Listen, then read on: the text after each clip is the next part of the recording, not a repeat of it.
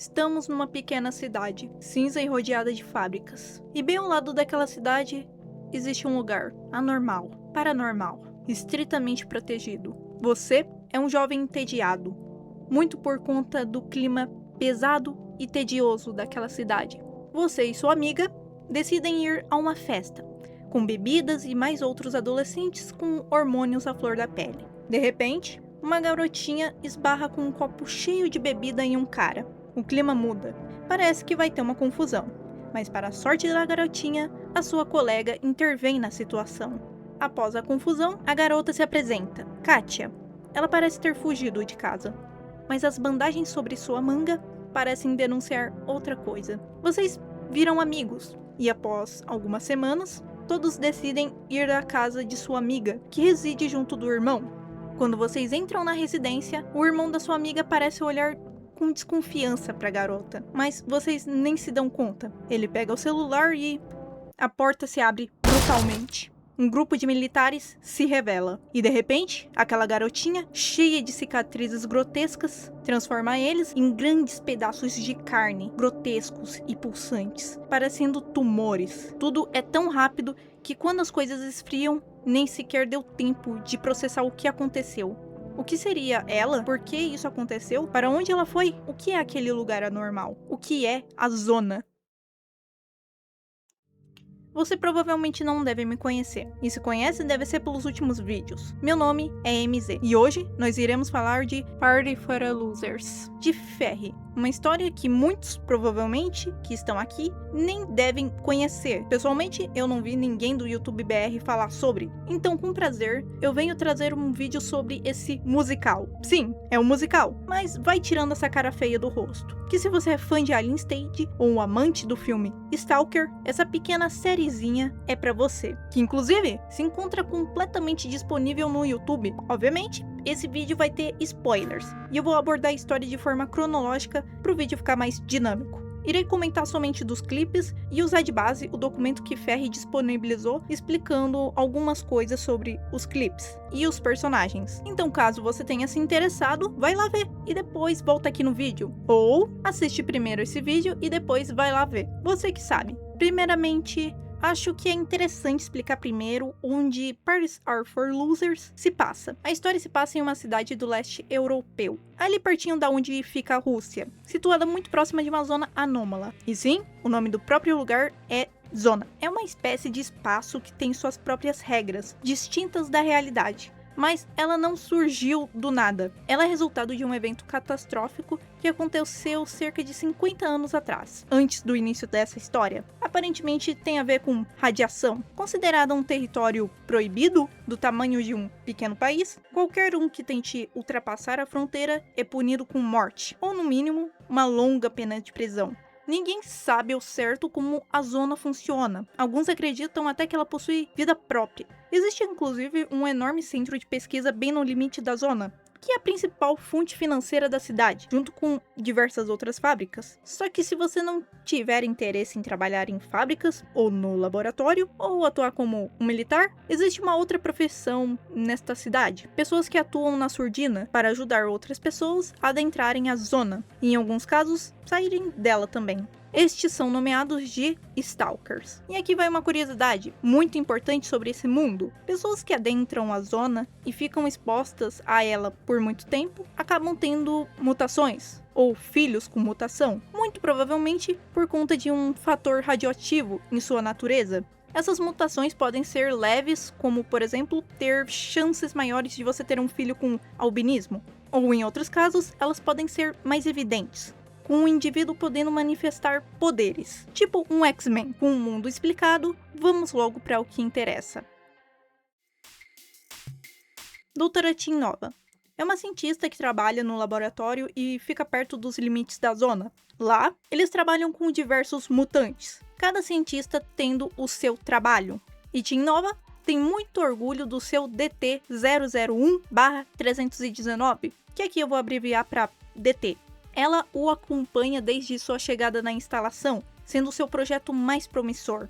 Porém, muitos dos seus colegas não compartilham dessa mesma opinião. Em determinado momento, o laboratório sofre, do nada, um corte de gastos. o que significa que determinados experimentos teriam de ser descartados. E como vocês podem imaginar, DT foi selecionado para o descarte. Os motivos seriam de que, além de caro de se manter, ele era muito perigoso para ser mantido. E mesmo com essa doutora protestando e tendo um cargo alto dentro desse laboratório, a decisão de descartar DT foi mantida. Mas doutora Tim Nova não ia aceitar que seu projeto de anos fosse jogado ao lixo. Então, ela chama DT para um teste e deixa com ele uma pasta, junto com uma mensagem pessoal: leia no banheiro. Não se sabe o que estava escrito na carta, mas definitivamente ela denunciava o destino de DT e mais outra mutante, o que faz DT passar muito mal e ficar com o psicológico abalado. Posteriormente, no momento que ele e a outra mutante estavam para ser descartados, com os cientistas pensando que nenhum deles sabia o que estava acontecendo, DT destrói o laboratório e, através dos seus poderes de telecinese, abre uma saída e consegue fugir junto da outra mutante. O plano da doutora deu certo.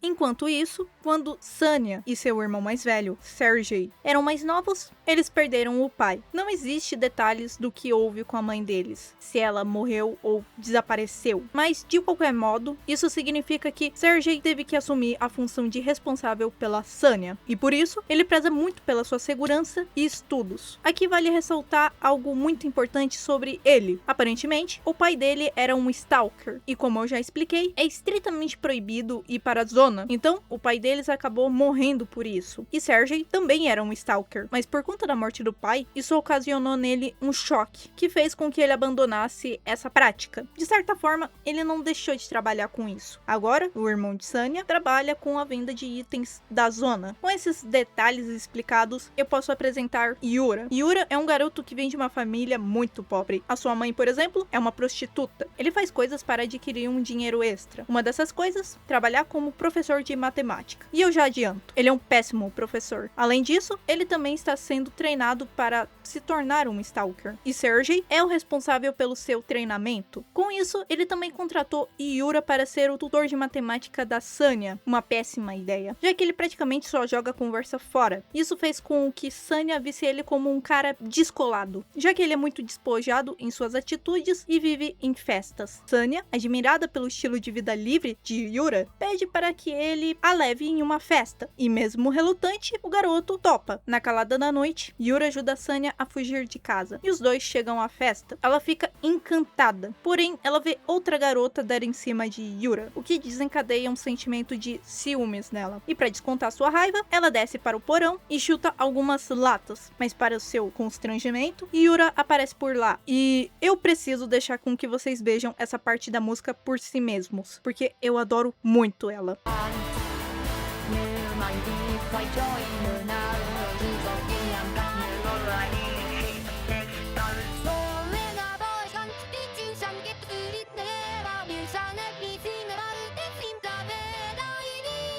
Isso acaba sendo um ponto muito importante de amadurecimento para Sanya. Acaba se tornando rotineiro para eles saírem para frequentar festas, até que acontece os eventos da primeira música que eu já descrevi. Então, vamos ver as coisas pelo ponto de vista de Katia. DT era um mutante muito precioso, muito por conta da doutora Tim Nova e de suas habilidades. Ele tinha acesso do bom e do melhor, e também era essencialmente importante para testar outros mutantes. KT era uma dessas mutantes, que estava prestes a ser testada, porém, DT acabou impedindo isso. Após eles conseguirem fugir em direção à cidade, eles conseguiram furtar algumas roupas para que não fossem reconhecidos tão rapidamente. KT acreditava fielmente que dali em diante poderia ser livre, viver uma vida normal. Mas DT sabia que isso não seria possível e defendia a ideia de que eles deveriam se manter na sombra, o que resultou numa discussão e, consequentemente, eles seguiram caminhos diferentes. KT, que agora chamarei de Katia, chegou a uma festa e, ao tentar entrar, ela foi imediatamente jogada para fora por ser muito nova, mas ela não ia desistir. Então ela achou outro meio de entrar na festa e ocasionar uma pequena briga. Katia conhece Yura e Sanya, que defenderam ela na confusão e frequentavam normalmente essas festas. Ao perguntarem sobre Katia, ela mente. Diz que havia fugido de casa, o que parece ser algo bem comum nessa cidadezinha. Yura desconfia e, em determinado momento, fica a sós com Katia. Yura desabafa algumas coisinhas pra ela e admite que sabia bem o que Katia era. A garota tenta se fazer de besta, mas isso não engana o garoto. Então, o menino comenta que talvez Sergei poderia ajudá-la, já que ele era um ex-stalker. Mas Katia não quis continuar a conversa. Posteriormente, Yura e Sanya ajudam a menina a ter um abrigo e levam suprimentos de vez em quando para ela, o que não era o tipo de vida que Katia desejava, pois ela ainda estava se escondendo. Ela queria ser livre. E em um dia qualquer, eles vão para a casa de Sanya. Sergei estava lá. Yura pretendia conversar com ele sobre Katia, mas de repente, a SWAT aparece. Katia não perde tempo e acaba usando seus poderes. O problema é que, apesar de bem destrutivo, ele não era nada eficaz, o que resultou na inevitável apreensão de Katia. E por que a SWAT apareceu? Bem, eu acho que já tá meio óbvio que foi Sergei que acabou ligando para as autoridades. O que fez ele suspeitar fortemente de que Katia era uma mutante era porque no dia Katia não estava com suas bandagens. E convenhamos, as cicatrizes da Katia definitivamente não são algo normal. E era visível uma parte do seu braço debaixo da manga. E o motivo dele ter feito isso são duas. A primeira seria de que, por ele ser muito protetor com a irmã, ele temia que algo acontecesse por conta da mutante. O segundo fator, que ainda tem a ver com a irmã, são os estudos, já que ele tenta arranjar a maior quantia de dinheiro possível para que ela possa ingressar numa faculdade. E denunciar Katia, de certa forma, resultou em algum lucro. De qualquer forma, Katia acaba sendo pega e acorda de novo no laboratório, aceitando que esse seria o seu fim e que deveria ter dado ouvidos a DT.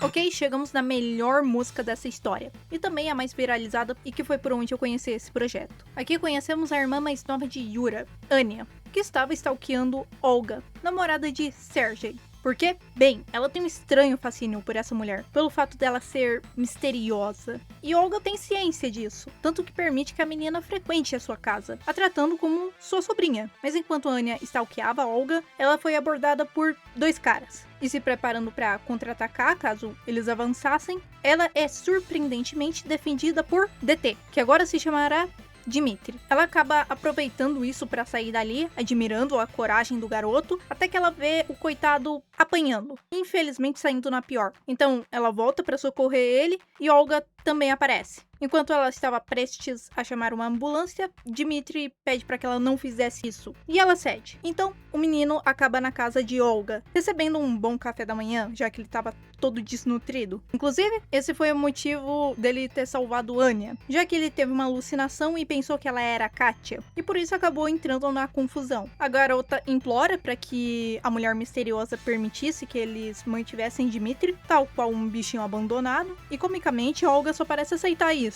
para poupar energias. Após algumas semanas, quando Olga passa a noite na casa de seu namorado, Sergei desabafa sobre o ocorrido com a menina mutante. E como Sanya parecia mais distante, mantinha consigo o casaco que Katia usava. Olga pede permissão para tirar a foto do casaco, com a desculpa de que iria oferecer para alguém necessitado, e Sergei permite, mesmo falando que a sua irmã nem a pau daria aquele casaco. É óbvio que isso não era a intenção da mulher. Ela acaba desconfiando de alguma relação entre a garota mutante e Dmitri, já que foi bem suspeito ele meio que implorar para que não chamasse uma ambulância, além de ter aparecido do completo nada. E quando ela chega em casa e mostra a foto do casaco para o garoto, as suas suspeitas são confirmadas. Anya, que havia acabado de aparecer por lá, escuta algo como: "Escute, a garota foi pega. Eu sei o que você é. Você pode desistir." Imediatamente ela entende que Dmitri está em perigo, e por isso, rapidamente ela avança em Olga e toma o seu celular, para que ela não ligasse para as autoridades. E logo em seguida, o garoto usa os seus poderes, apontando diversos objetos pontiagudos em Olga para que ela não tentasse fazer nada. Mas Olga nem se intimida. Na verdade, ela estava muito calma. E quando Anya olha para o celular, ela vê que Olga só estava mandando mensagens para Sergei, comentando sobre vender o casaco ou algo assim. No fim, todos ficam aliviados. Mas Dmitri acaba ficando meio angustiado ao saber do destino de Katia.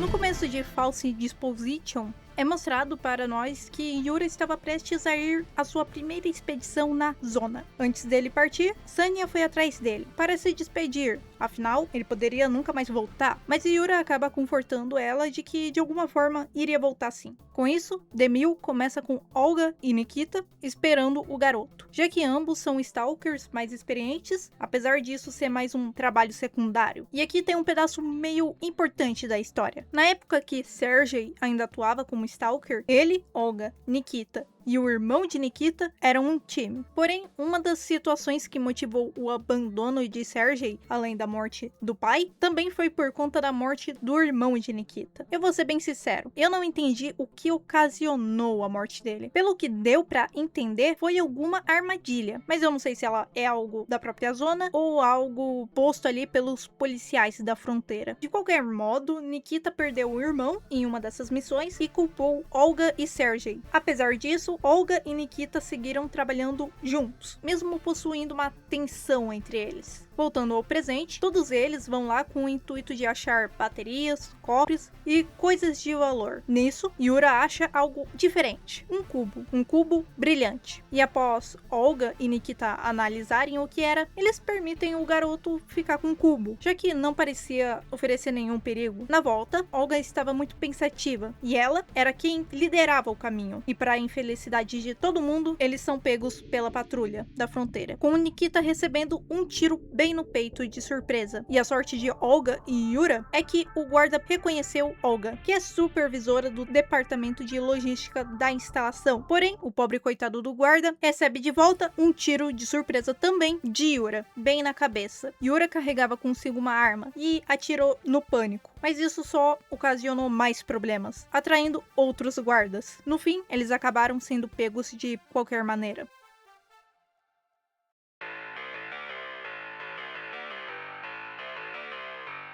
Pela manhã, Sergei recebe uma ligação vinda da delegacia e fica sabendo da prisão de Yura e Olga. Lá, ele conversa com ambos após eles serem interrogados. Olga acaba assumindo a culpa de ter atirado no policial. Isso porque ela não queria ver Yura preso, sendo tão jovem. Além disso, por conta do cargo que ela ocupava, ela tinha bem mais chances de se safar. Sem contar que Sergei também poderia subornar os policiais. E depois de muita burocracia, Yura é liberado, com um mês de serviço comunitário, sob acusação de invasão de propriedade. Mas MZ, ele não deveria ter sido preso ou algo assim?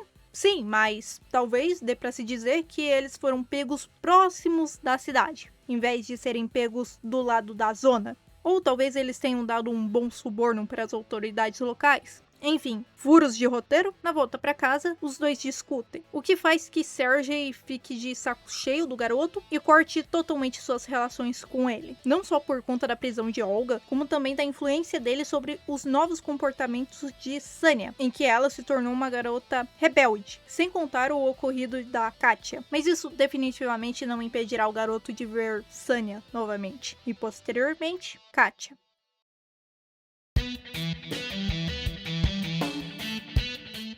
O clipe começa com Yura invadindo o quarto de Sanya pela janela. Sim, o cara não aprendeu nada. Sanya fica extremamente preocupada com o garoto, já que ele tá todo surrado e também por conta do banimento dele de sua casa. E Yura explica tudo o que aconteceu, tentando manter o jeitão despojado dele. Mas, para além de uma recapitulação dos eventos anteriores, nesse meio tempo ele esteve fazendo serviços comunitários. Yura encontra sua irmã junto de Dmitri. Os dois se provocam daquela maneira que normalmente irmãos gostam de se irritar, e Dmitri se sentiu incomodado por Yura e acaba puxando Anya para saírem dali. Acontece que aquele incômodo não foi por conta de uma brincadeira, e sim por conta de uma familiaridade que Yura também sentiu ao encarar Dmitri, que fazia lembrar de Katya. Após isso, quando Yura chega em casa, ele aborda Anya, perguntando sobre o namorico dela. Anya acaba contando como eles se conheceram, que ele estava vivendo com Olga e mais algumas coisinhas. Claro, não abordando sobre o poder de telecinese. Após isso, Yura compara a data em que conheceu Katya e a data da aparição de Dmitri, e que conclui que, com certeza, ele tem alguma ligação com Katya. E após contar tudo isso para Sanya, ele entrega o cubo. E, diferente de como estava por lá, na zona, o cubo já não brilha mais. E antes que o garoto fosse embora, Sanya o abraça, garantindo que não sairia do lado dele tão cedo. E o clipe finaliza mostrando que Yura agora tem uma cicatriz.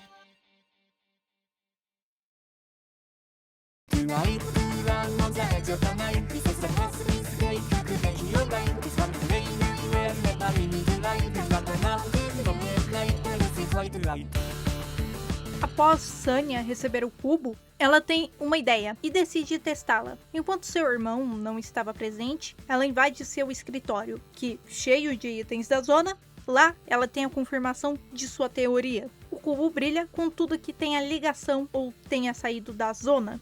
Na próxima visita sorrateira de Yura, ela mostra isso para ele, o que deixa o menino muito feliz, porque com isso, talvez, ele conseguisse ter certeza de que Dmitri era um mutante. E conta o seu plano de resgatar Katya. Só que Sanya não gosta muito do plano, afinal, apesar dela gostar muito de Katya, ele era muito arriscado. As coisas, por enquanto, eram só suposições. Além disso, a abordagem de Yura envolvia intimidar Dmitri, que, convenhamos, não é uma boa ideia.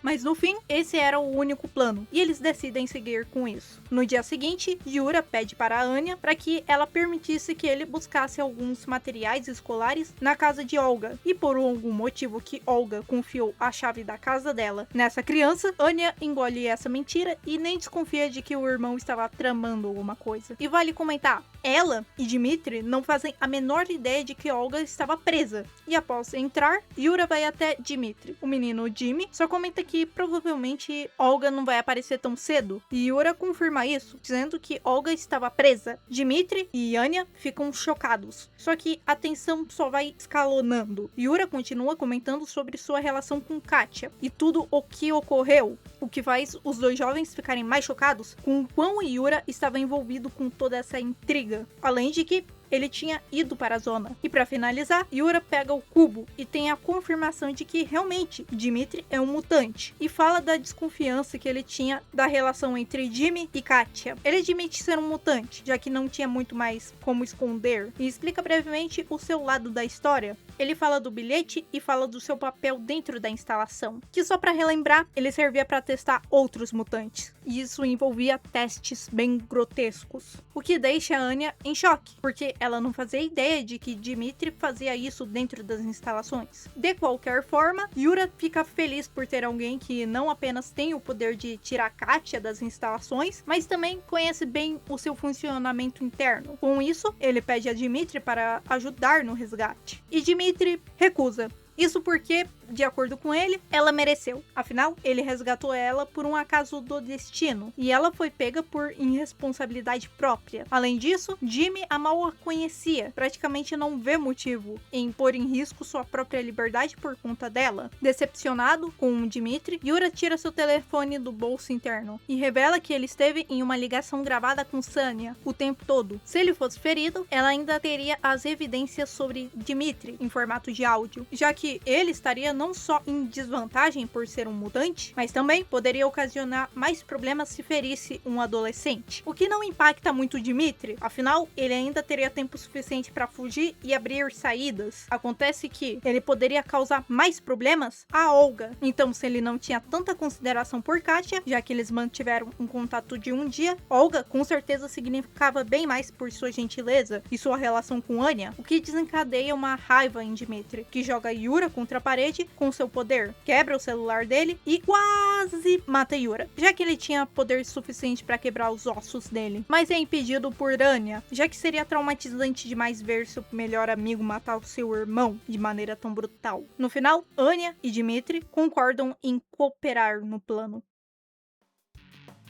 Após esse evento, pelo ponto de vista da Sanya, ela começa a se sentir bastante ansiosa. Afinal, a ligação acabou abruptamente, o que faz ela pensar em ir até lá ou talvez chamar a polícia. Mas, uma hora depois, Yura aparece, agindo daquela maneira descontraída dele e dizendo que o plano tinha dado certo, o que deixa a garota furiosa. Afinal, ele não estava agindo de acordo com a situação, ele tinha quase morrido. Isso faz, inclusive, Sanya questionar se Dimitri não mataria eles no momento que Anya não estivesse por perto. Além disso, eles não tinham nem plano decente de invasão, e ela tinha certeza de que seria necessário, ao menos, convencer Dimitri a entender o porquê Katya merecia ser salva. O que resulta, no dia seguinte, Sanya indo conversar pessoalmente e de forma reservada com o mutante. Dimitri imediatamente pensa em se livrar dela, mas ele repara que ela também era uma mutante. Lembram? Albinismo é uma mutação derivada da zona. Aqui, Sanya praticamente indaga nele uma dúvida, a curiosidade de conhecer melhor Katya. De primeira, isso não pega muito. Então Sanya chama ele para sair até os locais onde ela e Katya haviam passado. E mesmo Dimitri mantendo em partes o seu descontentamento em salvar Katya, algo dentro dele fala que isso precisava ser feito. E após uma semana de planos e encontros pessoais, em uma noite que Yura e Sanya estavam conversando, Sergei ouve a voz de Yura e invade o quarto. Imediatamente, ele corre para cima de Yura e o garoto tenta escapar, conseguindo até pular pela janela. Mas Sergei, sendo mais rápido e forte, consegue agarrá-lo lá fora. E antes que ele pudesse dar um soco, Sanya aparece para defender o menino, assumindo a frente, ficando de frente para o seu irmão. Com isso, Sergei só aceita que ele não pode mais controlar Sanya, dizendo faça o que quiser, e volta para casa decepcionado e cansado. E finalmente terminamos a primeira temporada de Party Are For All Losers. E eu espero que vocês tenham gostado. Eu deixei fora algumas outras coisas, como 2 músicas, uma comic e alguns asks do Tumblr. Afinal, esse vídeo aqui já tá muito longo. Mas quem sabe eu traga uma parte 2 dessa história quando houver mais atualizações. E por isso, eu peço o seu like, compartilha e se inscreve se você não é inscrito. Olha que eu tô de olho! Eu espero que vocês tenham gostado do vídeo e com isso eu encerro por aqui. E até mais!